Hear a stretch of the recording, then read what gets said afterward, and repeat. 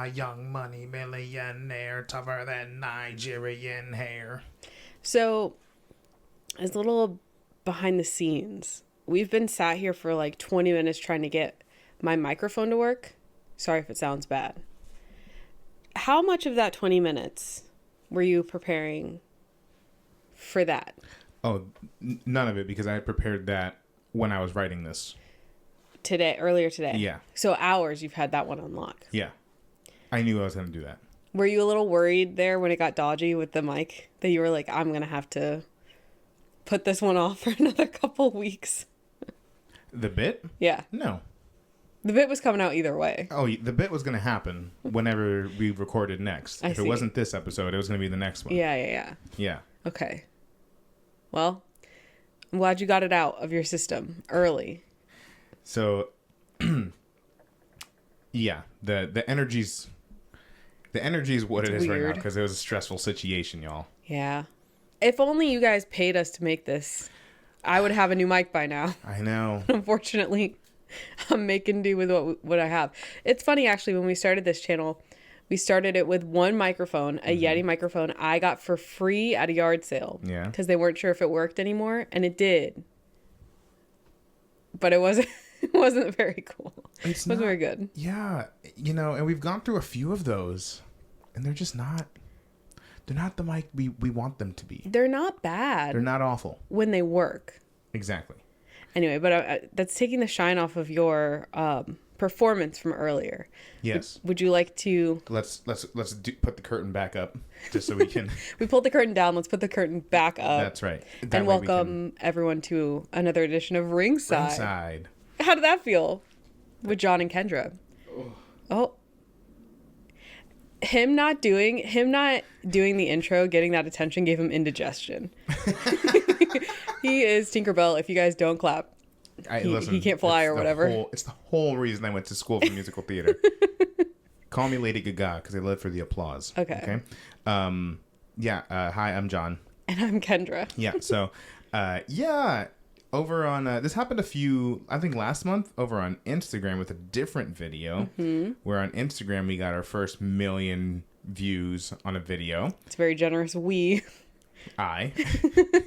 And then now over on TikTok, got our first 1 million view video over there, which was round of applause. It's really cool. But the funny thing about it, one, I don't feel any different.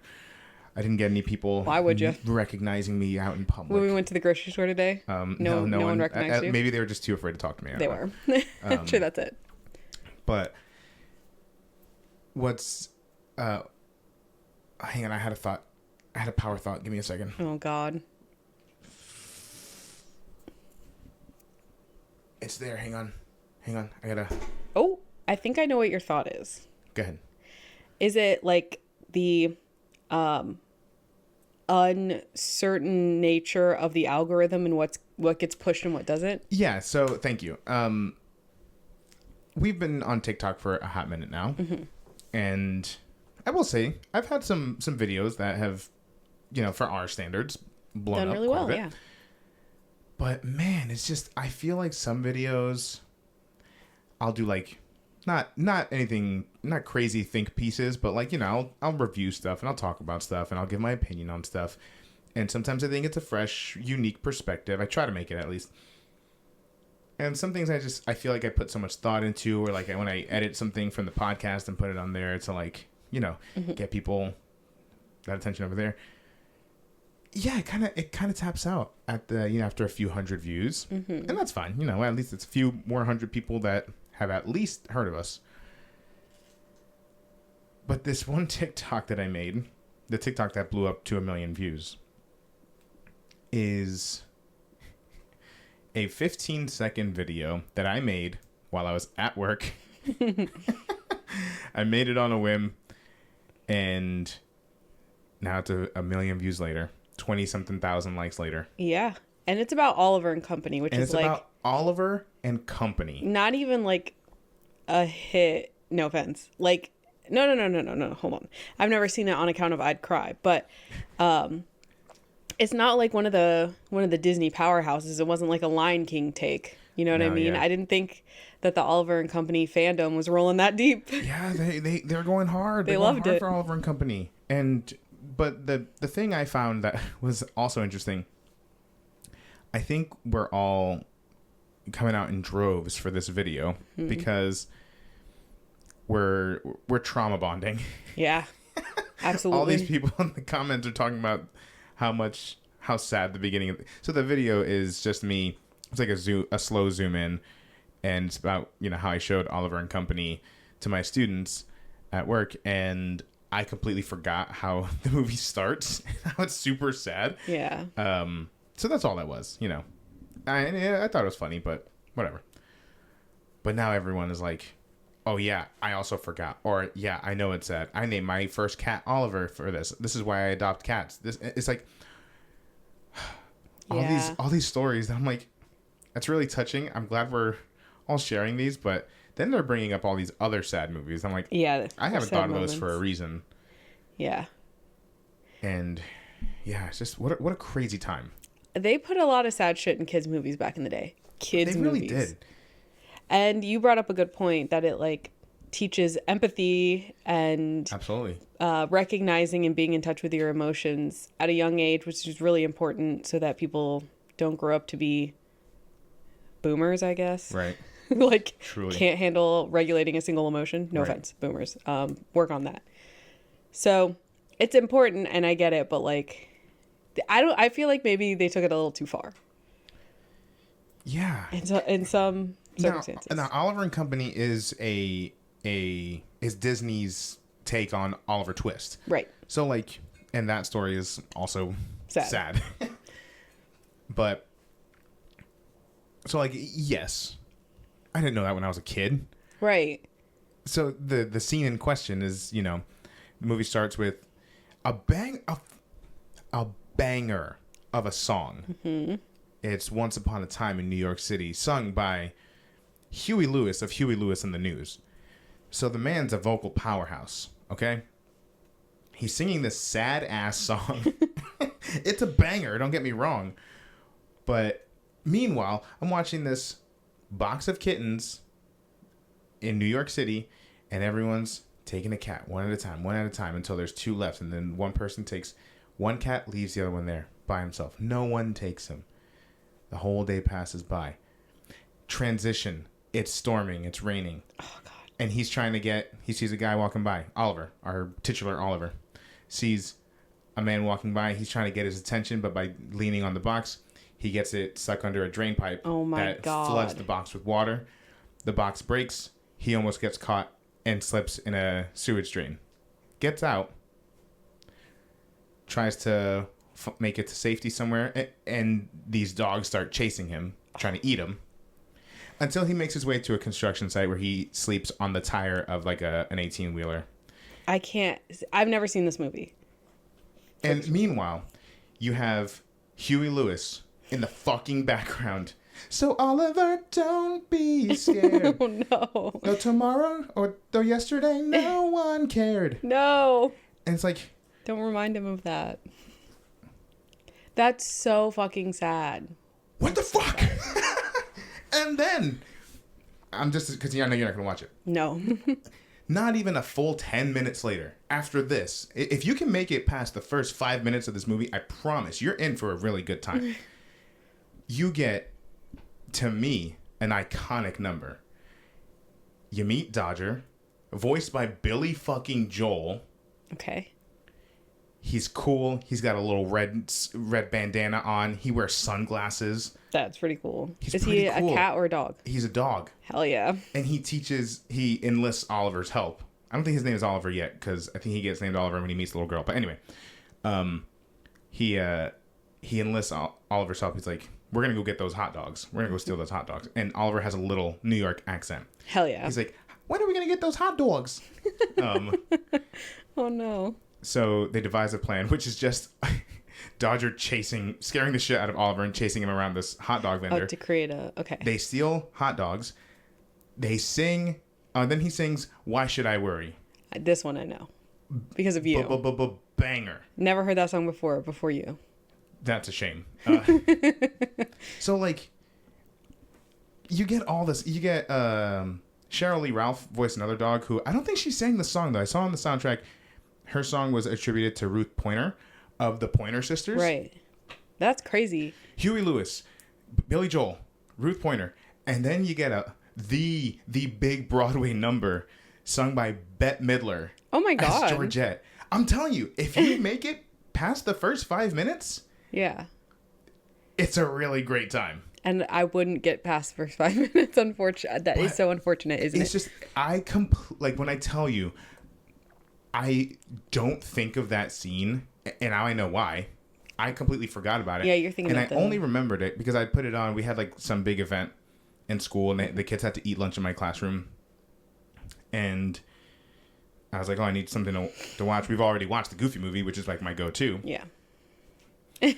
And I was like, "Oh, I'll put on Oliver and Company. It's another good one I like." Mm-hmm. And so I put it on, and I'm talking to another teacher, and in the background I hear Huey Lewis. I said, "Oh no!" And I look at the screen, and there's Oliver floating around in that box, being flooded with water, and I hear some of the kids going, "Oh," and I'm like, "Oh no!" Yeah, the kids are like, "Mr. Perez, what the fuck are you making us watch?" No.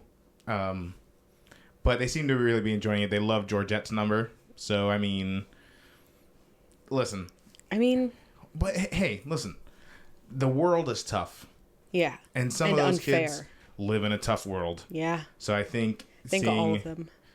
Seeing something they can relate to and seeing how things can get better and like being courageous in adversity. Like, listen, there's a lot of good lessons to be learned from Oliver and Company.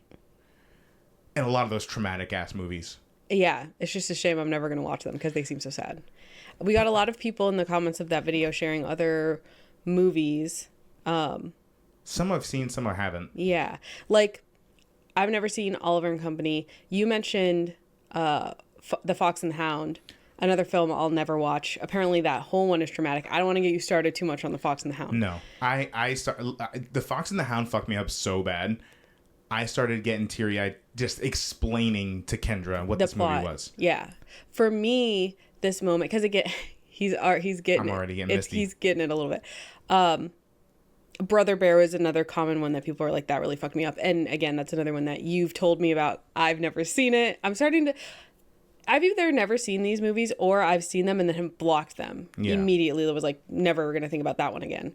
For me, the first moment of like, that I can remember being like heartbroken watching a movie was Jesse's backstory in Toy Story 2. Oof. Cause like, and again, it's all these songs that are like a great, beautiful song.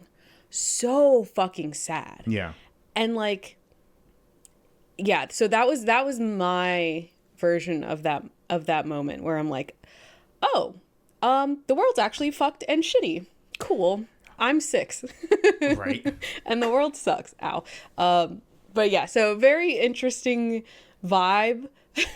But it's also so funny to see like such a random video in the grand scheme of everything that we talk about. Such a niche thing. Probably one of the more niche things we've ever talked about. Because it's like a niche movie in general, because not a lot of people are fucking with Oliver and Company. No offense. And then on top of that, it's like a teacher thing as well. Like me showing this to my students, like not a lot of people understand that. And I did have other people talk about, a lot of people did mention that they showed Brother Bear because, not to give too much secrets, but like if a movie's rated G, you don't need a permission form for that. Right. It's rated G, general audiences, right? Brother Bear's rated G? Kendra. No. Oliver and Company is rated G. We have to redo some of these ratings. Exactly. There's, and it made me realize that movies, this is why we need to redo the whole rating system, because some movies that are rated G from the like 70s, 80s, and 90s. Oh yeah, that was before. They are not. They're not up to code. Yeah. So it again, I very much love Oliver and Company. I watched that all the time as a kid. I've incorporated it into summer camps, that I've taught at. So don't get me wrong, but yeah, some of these. Now there are other movies. All Dogs Go to Heaven, Fox and the Hound's one I've watched once, and even as a kid, I knew this isn't for me. Yeah. All Dogs Go to Heaven. I think I saw that once. And then as an adult, I learned the backstory of the final scene. Not going to go into that here. Go look it up for yourself. Horribly sad. Yeah. I'm like, absolutely not. People are talking about, oh, show them The Land Before Time. No, I don't want to lose my job. I don't want to get messages from parents saying my kids won't stop crying at home. And I think that's only part of it. I think the other part is that you don't want to cry in front of your students. We watched Encanto the other night here, and I've seen a movie I've seen several times, and I haven't watched it in a while. So I'm like, but you know what? I think I could probably get through the scene that, you know, the Dos Orejitas scene. Yeah. Nope. Also, he says the other night, this was yesterday. Not when they're listening to this. This was yesterday upon recording. So just so it's fresh. You're really bad about acknowledging the date we're on. Okay. It's Monday, April 14th right now. Today's Sunday when we're recording this, guys, and I'm not going to pretend it's the future. Tomorrow. Some of the stuff that we're going to talk about is reliant on today being Sunday. Oh yeah. Anyway. But so let us know your favorite traumatic scene from a children's movie specifically. You know what fucked me up as a kid? I don't even think I've seen the ending of this movie. I remember I have a visceral memory of going to see the film See Spot Run. Is this a live action film with a dog? This is a live action movie. Didn't watch any of those. So specifically. And it's like the more details you add to it now, the sadder it gets. So this isn't a sad detail, but it starred Angus T. Jones. Okay. You know, yes. From 2.5 Men. 2.5 Men. You know, back, especially when he was like, this was like his moment. Yeah. In the 2000s, right? Okay. And it also starred Michael Clark Duncan. Okay. Gentle Giant. Yes. You know, the original Fisk. He, in the movie, like, Michael Clark Duncan plays this, like, special agent, like, cop. And he has a canine partner.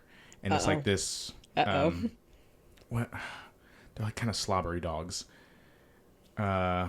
It's a cop dog, like a stereotypical cop dog? No, it's not a stereotypical cop dog. It's like a hound? No. Slobbery dog. It's like a chunky dog.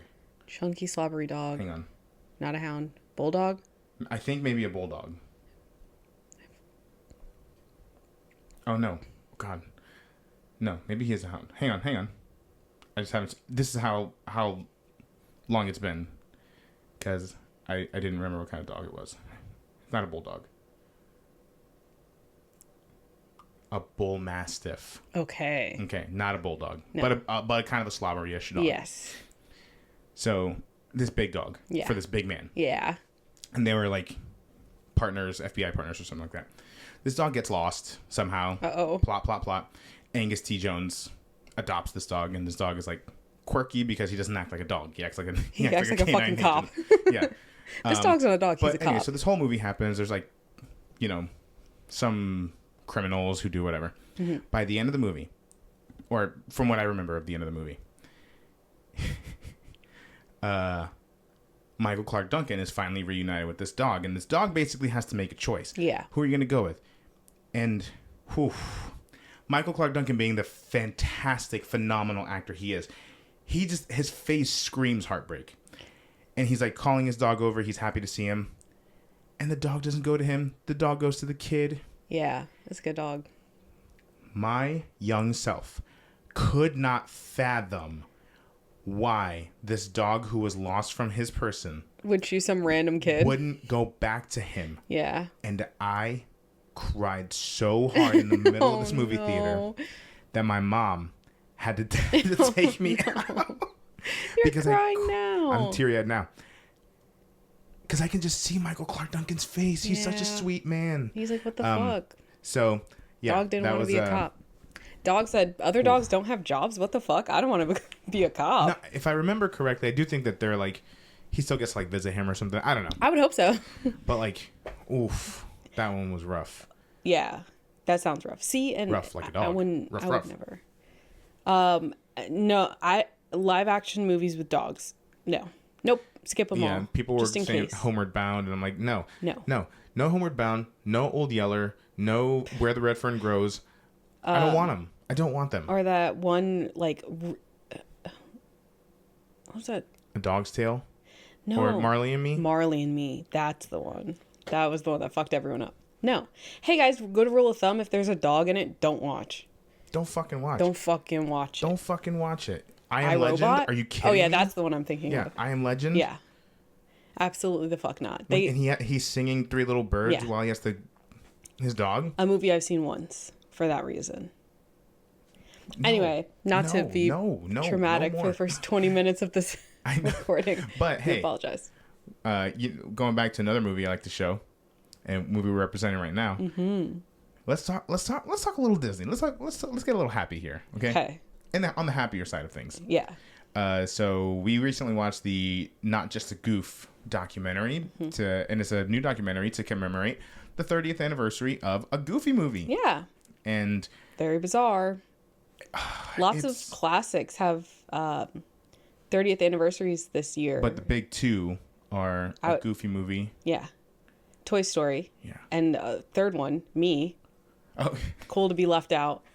So all three of us are turning 30 this year. What an iconic year. And it's so crazy because I'm turning 30, but I was born in 2004.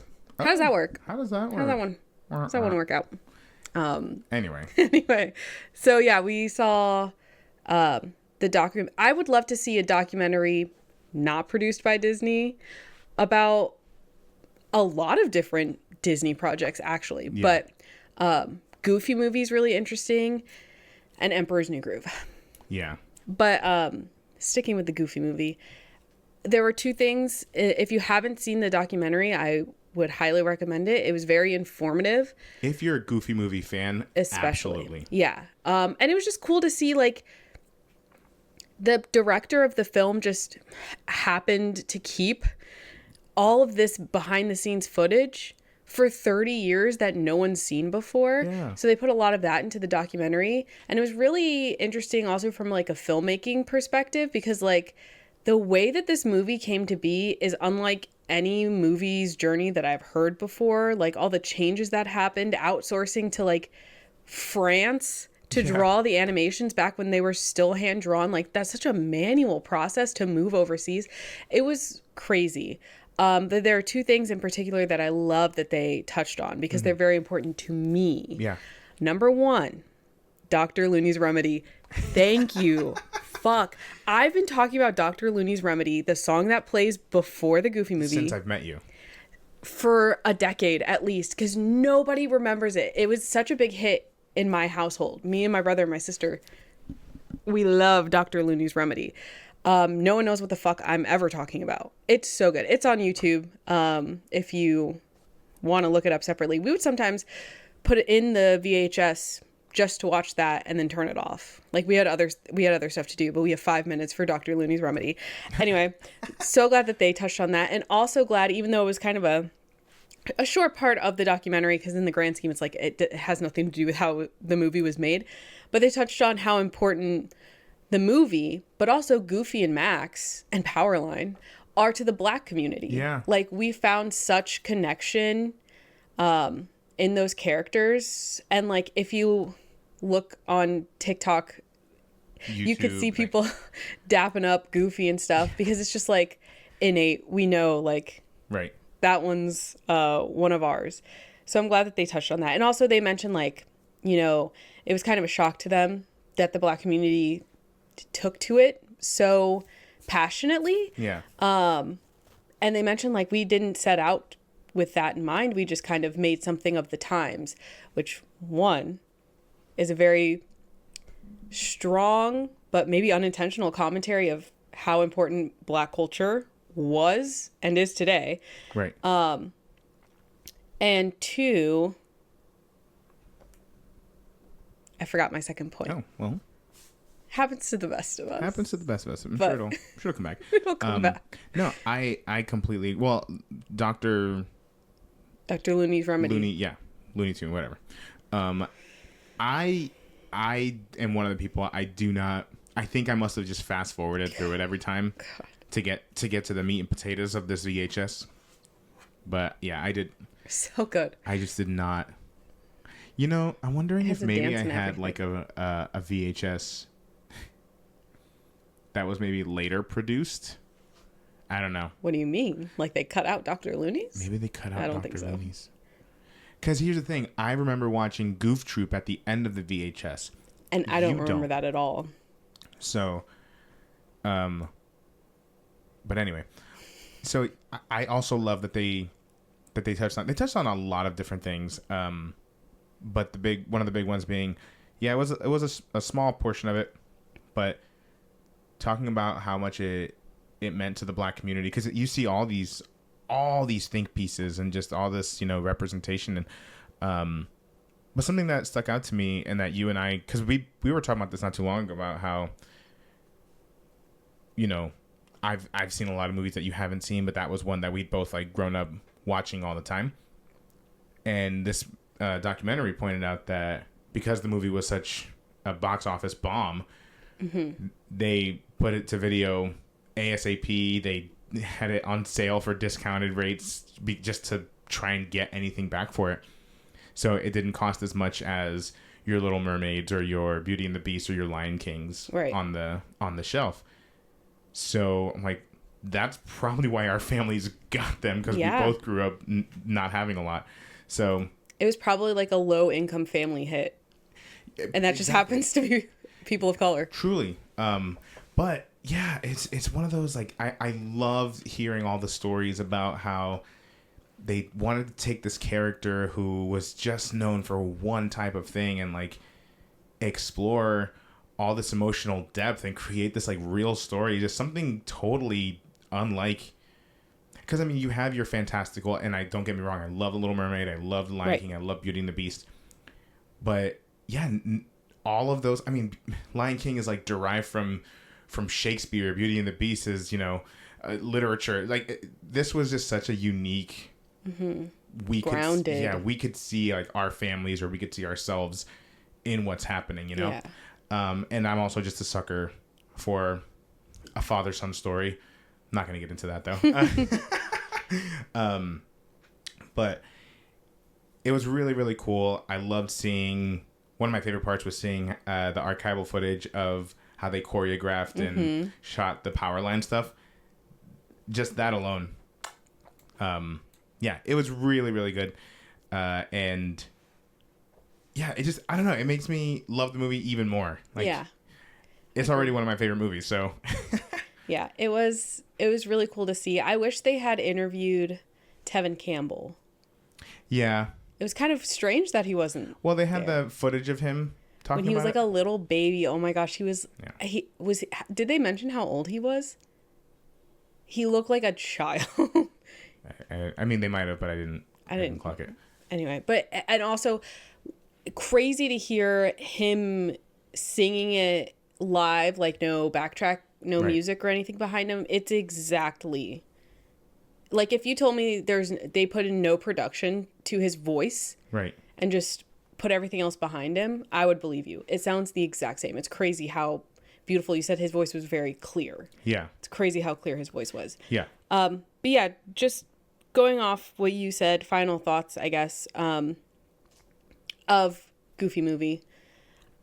As we were watching the documentary, I realized, like, I think this is the first movie, because again, this came out the year I was born. So it's like I grew up watching this movie multiple times. Right. It was kind of the first thing that I remember. I feel like a lot of movies for kids are so self-reflective, right? They're teaching you about how to identify your emotions and how you see the world and how the world sees you and all of this type of stuff. But this was the first thing where I'm like, my mom and dad are like people too. Right. They're not just an extension of me. They had this whole life before I showed up. Right. And just kind of just introducing the parent as more than just like, I don't know, because I think about growing up watching like Disney stuff and Disney Channel stuff mostly. And like the parents were there, sure, but it wasn't about them. Right. It was never about them. They were just background characters almost. Right. And most of the time there was only one of them anyway. They would just show up when they needed a parent to butt heads with most of the time. Right. So to explore not even like child to parent, but parent to child, that was the first time that I had even considered the parent to child relationship. Right. Because I'm a kid. I'm selfish. I'm seeing things. I'm the main character. Right. So I thought it was kind of an interesting thing to realize now as an adult, looking back. Like, this was probably the first movie that challenged me to think differently in that way. Yeah. And it's so good. And it's 75 minutes long. How the fuck are we doing all this in 75 minutes? And as an adult, like, those themes just keep getting stronger. There's one scene, it fucks me up every time. Don't worry, I'm all done crying. But we'll see. It's the scene when the car gets into the river and they're like arguing on the roof of the car, and Max says, I have my own life. Yeah. And he goes, I know, I just want to be part of it. And then he's like, no matter how big you get, you'll always be my son. Yeah. My mom says that to me all the time, and not like in a quoting. We do quote movies. That's where I get it from. Is from my mom. All the but time. No, it's genuine. But no, and it's like, because sometimes we'll talk on the phone or whatever, and hi mom. So sometimes we'll talk on the phone, and I'll get a little frustrated. I'm like, can you like, hey, I'm 30 something years old. Can you not talk to me that way? And then she just reminds me, like, yeah. or like if she sees me in a show and she gets all emotional because she still sees her little boy. So it's like, the older you get, you start picking up on these. You start kind of seeing it from that. Even though I'm not a parent, I work with kids a lot though. You start seeing it from that other perspective. Yeah. So yeah, it's just a movie that, man, like, it's important. It's important. I agree with what all of the filmmakers and stars were saying. People were just not ready for it. We felt like that. I mean, you can go back on our YouTube channel. Don't go back on our YouTube channel. Don't. When for one of our earlier videos, we did a review on Encanto, and originally we liked it. Yeah, I think I was like, it was fine. It was okay. Yeah, but we weren't like crazy about it. And now we're fucking crazy about it. And then it took another watch to be like, oh. And I think because that first initial, we were just kind of reeling from like what we had just experienced. It wasn't like any other Disney movie. Like, the closest thing I can compare it to is like Moana or Frozen, which were these big adventures. Yeah. And this one was like, it was like a lot of magical realism. And we stayed in one place the whole time. And it was like very much about the relationships between the characters as opposed to like setting out to have this journey, Yeah. So anyway, I digress. Toy Story also turning 30. Another one of my favorites. I feel like I can't believe they're still making them. Guys, can we talk about how they're still making them? I think the last one I saw was 3. Yeah. I feel like maybe we don't need to keep making them. Maybe we don't need to keep making them. But 3 would have been such a good end. They're Toy Story. It's Toy Story though. It's Toy Story though, and it's really good. But the first movie has the best joke, out of all of them. How do you spell FBI? Because that one's really good. That one's good. No. You don't know my favorite joke from the movie? Oh man, what would John's favorite joke from the first one? Oh my god. Is it, hey Buzz, can you lend me a hand? He fucking throws his arm up. Yeah, that one's pretty good. That one is pretty good. That's my humor. That's for me. But to a T. And it makes sense. That's for me. Because you watched that when you were 2, and that's just been it the entire time. Yeah, Toy Story, I feel like we went off so much on Goofy Movie because it's right. Compared to Toy Story, it's, Right. Not small in, like, quality right. or anything like that, but just, like, there you can find thousands of think pieces on Toy Story and all that stuff because it was huge. It was right. massive. And it holds up. And it holds up. The animation's a little rough. Some of the animation, like that dog. Dang. But most of it, it's not bad, especially when you consider it's 95. Yeah. But Goofy Movie was something special. But yeah, Toy Story turning 30. I feel like Toy Story, because there are so many of them and they're still making them and they're huge now, we don't need to say very much about it. No, I mean, It's that's Toy another Story, one. you guys know. That's another one I really loved growing up. It's remarkably hilarious. Even now, whenever I watch it, I'm still busting a gut. Yeah. Toy Story kind of falls in with like Shrek to me, where it's like iconic, love it. I might like the second one more. It might be a rare case where I like the sequel more. The sequel's really fucking good. The sequel's really good. The sequel's really, really good. And heartbreaking for that one Jesse scene. Yeah. Remember when the prospector farted in his own box? I think that was during those fake bloopers they used to animate. Love that they did that too. I love that they did that. Anyway. So let us know, what are your favorite moments from Goofy Movie and Toy Story? Celebrate the 30th anniversary with us. What's your favorite moment of me and my life? Let's celebrate that 30th anniversary as well. I've been around for so many of them. You've been around for a third of it. Oh my God. Okay. Oh, I didn't mean to break your brain. I know. There's just so many memories. Yeah. The Savannah Bananas. That was a fun one. Wow, John, it's so topical that you brought that up. That's so crazy that you brought that up. Should we talk a little bit about that? We can talk about it. First of all, the Savannah Bananas is not even like top 10 of my favorite memories with you. Whatever. Listen, you had so much fun. I did have a lot of fun. It was different for you than for me because I got to watch you have that fun. That's true. So we went on a little bit of an adventure a couple weeks ago. If you guys don't know the Savannah Bananas, the Savannah Bananas I describe them to people as the Harlem Globetrotters of baseball. Imagine baseball played by mostly hot guys. Oh. And it's like actually fun to watch and not fucking boring. Now I know why it's fun to watch. What did you think I was watching? It's really fun. They have like they play a real game of baseball, banana ball, in between like dancing and contests and stuff like that. There's a lot of audience participation. All of their stuff is on YouTube. Like, I'm pretty sure every game they stream live on YouTube if you're interested in seeing it. But we got to go in person, which is such a feat because the way that they do tickets is a lottery system. So you have to sign up for the lottery.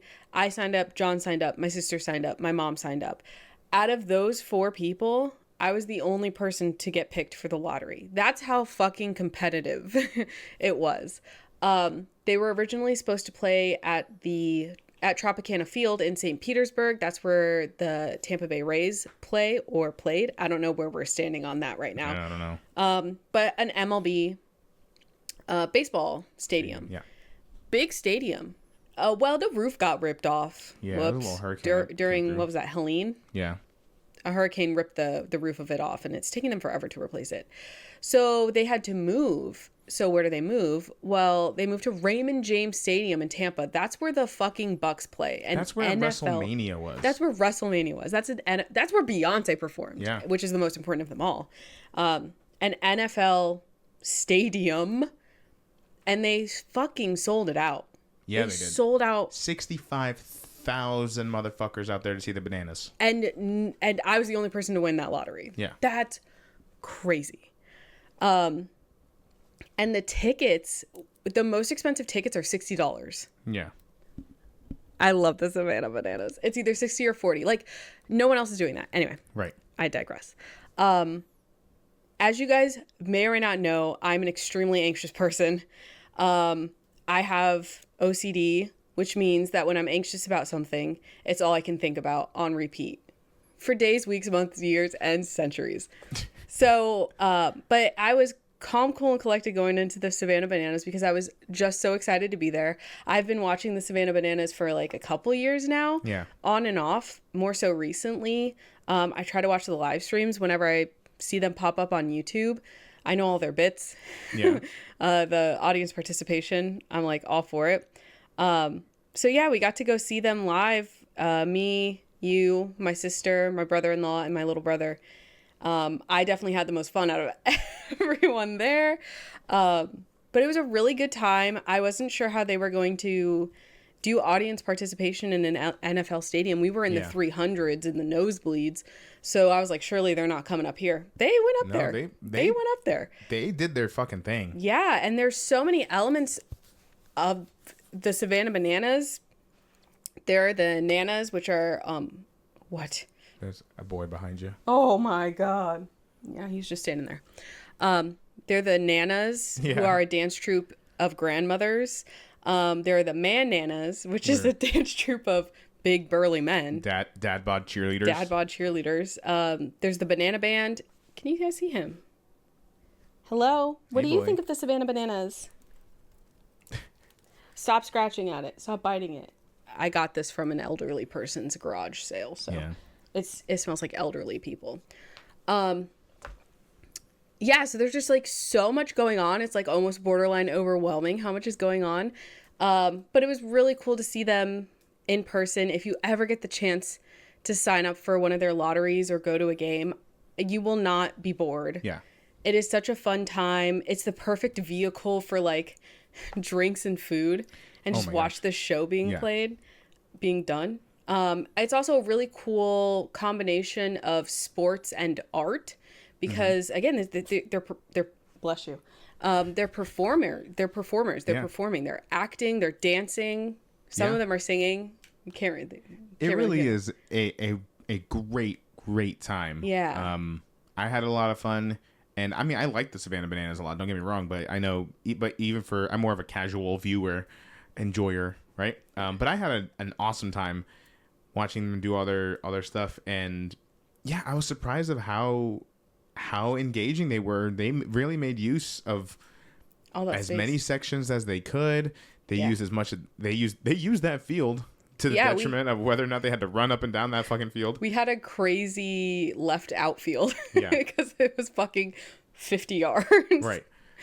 But it was a hell of a good time. It was really fun. And we were the first NFL stadium, but not their last. They have, I think, 2 other ones that they're going to this season.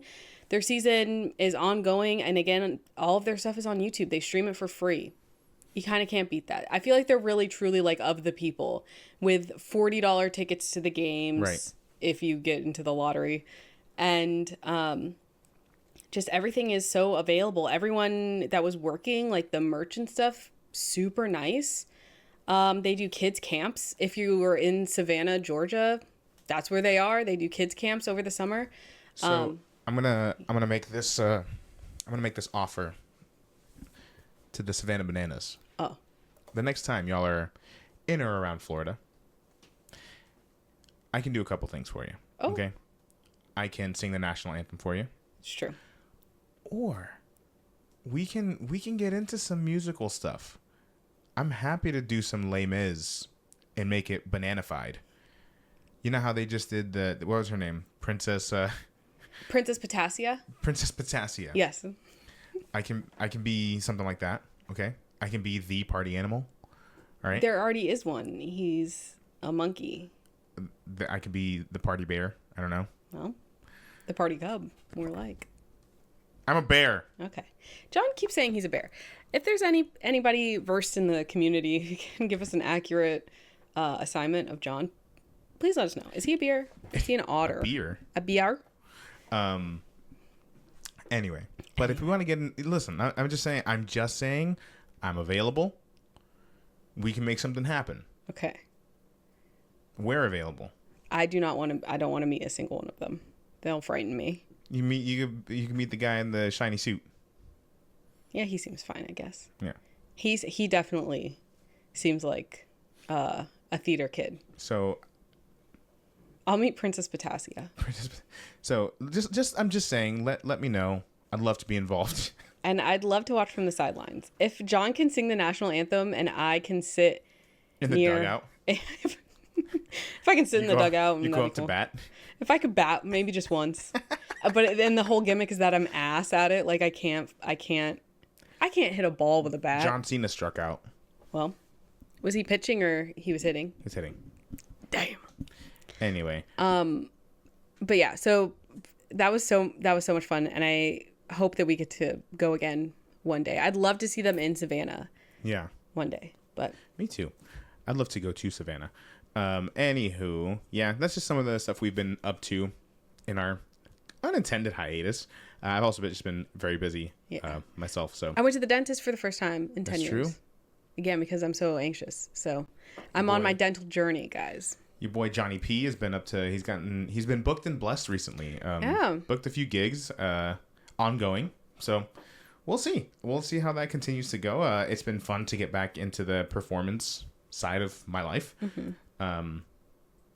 So more to come.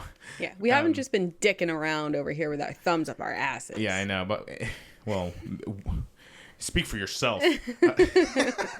So let's talk about these last few things really quickly. Okay. As you know, we've been covering Daredevil Born Again. We're barreling toward the season 1 finale. We already know season 2 has been in the works. So I just want to touch really quickly on the season so far, just some overall thoughts and impressions of it. Yeah. So as you guys know, my first reaction to the first 2 episodes wasn't stellar. It was okay. Yeah. I feel like you gave a fair, Yeah. And kind of what I said in the beginning was that the reworking of the script was probably the cause for a lot of the disjointed stuff that I was experiencing. And as we've gone along, I feel like that's just been proven more and more true. I can't remember which episode it was. 6? That had like the weird ADR, like... I think it was episode 7. 7? Yeah. Yeah, that had like weird ADR stuff happening. It was very obvious. Even I was like, oh. It kind of took John out, yeah. Yeah. So it's like we're still seeing... There's hiccups. There's hiccups. And again, we haven't seen the finale yet, so we don't know how they're going to round stuff off. If it's going to feel... I see a lot of people like, man, this finale better be 2 hours long because there's so much to cover. Again, we're getting a season 2, so it's not going to wrap up everything nicely in a bow. We have to have some stuff to carry on. I just want it to feel fulfilling and not like season 1 was part 1, season 2 is part 2 of one story. You know what I mean? I will say, though, from that rocky start, I've been impressed with most of what I've seen. Again, with the exception of some minor hiccups. It's not been enough to like throw me completely out of enjoying it. I've still been enjoying it. And it's been really cool to see this side of Matt Murdock, which is like so almost unhinged sometimes. You, I think, got a comment or saw a comment where people were like complaining about how out of character the original people from the series have been, which after the first couple episodes has been Matt, Kingpin, and Vanessa. Because Poindexter was in prison, so we didn't really see him. But like, it felt out of character. These characters have felt out of character was the critique. And you and I agreed, like, that's the point. Right. We're in this whole other time. So much has happened. They can't be the same people that we've seen before. And I think it's been really interesting seeing that and seeing, like, man, Foggy was much more important than I think even Matt realized to himself and his morality and his professionalism and all this stuff. Like, that's gone now. Yeah. And he's struggling so much to like maintain the course. Same with Wilson Fisk, who's like trying to at least appear to be on a different path. But it's like they just keep getting pulled. Right. In that kind of like mirrored way, because they are kind of mirrored characters. Yeah. So I've been enjoying seeing that. I've been also enjoying seeing Vanessa's storyline. I'm so glad. Like, I feel bad for the other Vanessa who's cast and shot the whole show and then got replaced. But seeing Vanessa become like a kingpin of her own has been so interesting. Yeah. Because we started seeing that in the original season 3. Right. But yeah, she's absolutely. like, she's bad. She's fucking diabolical. She's kind of diabolical. And we left off last week, the penultimate episode. Yeah. On such a fucking crazy place that like I'm really excited to see what happens in the finale. Yeah, I agree. I think that there is bound to be some unevenness, just the nature of they literally, and we talked about this in our first time we talked about the show. They reworked the entire show. They got rid of basically everyone working on the show and brought on like all new people to rework what the series was. And on that front, even though, yes, there are those moments that are just like, oh, that's a little weird. Oh, that's really weird. I will say I do think it's very impressive how they, for the most part, how they've been able to... Impressive. How they've been able to mesh all of it together and make it flow as smoothly as possible. And even if it's not 100% successful the entire time, because I think it's more of the filmmaking aspects of it that feel wonky and not so much the story. That's how I feel. I 100% agree with you. And we've seen an example of them not doing that as successfully with Falcon and Winter Soldier, where it's like the story was all the fuck over the place. Right. So yeah, I agree with you. Like the story's there. It's what I'm seeing. Like what I'm hearing is fine.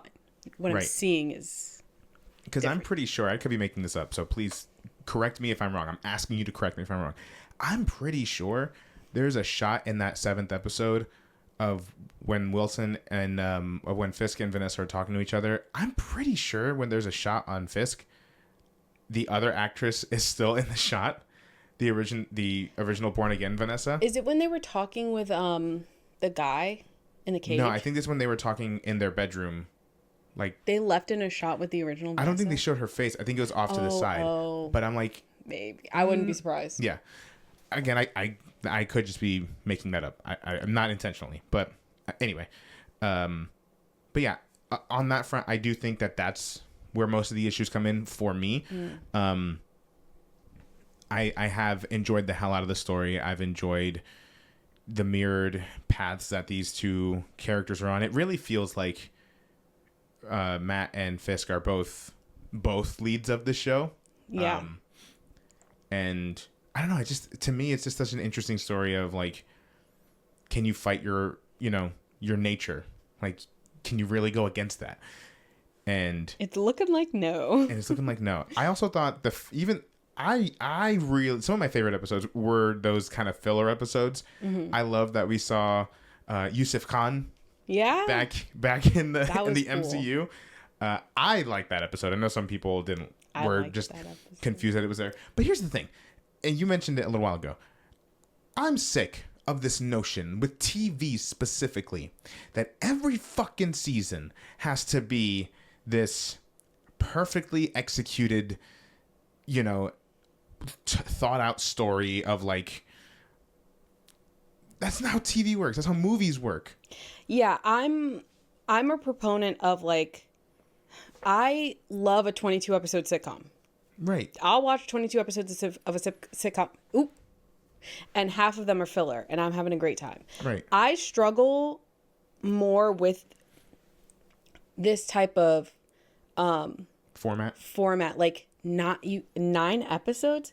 That's not a lot. Right.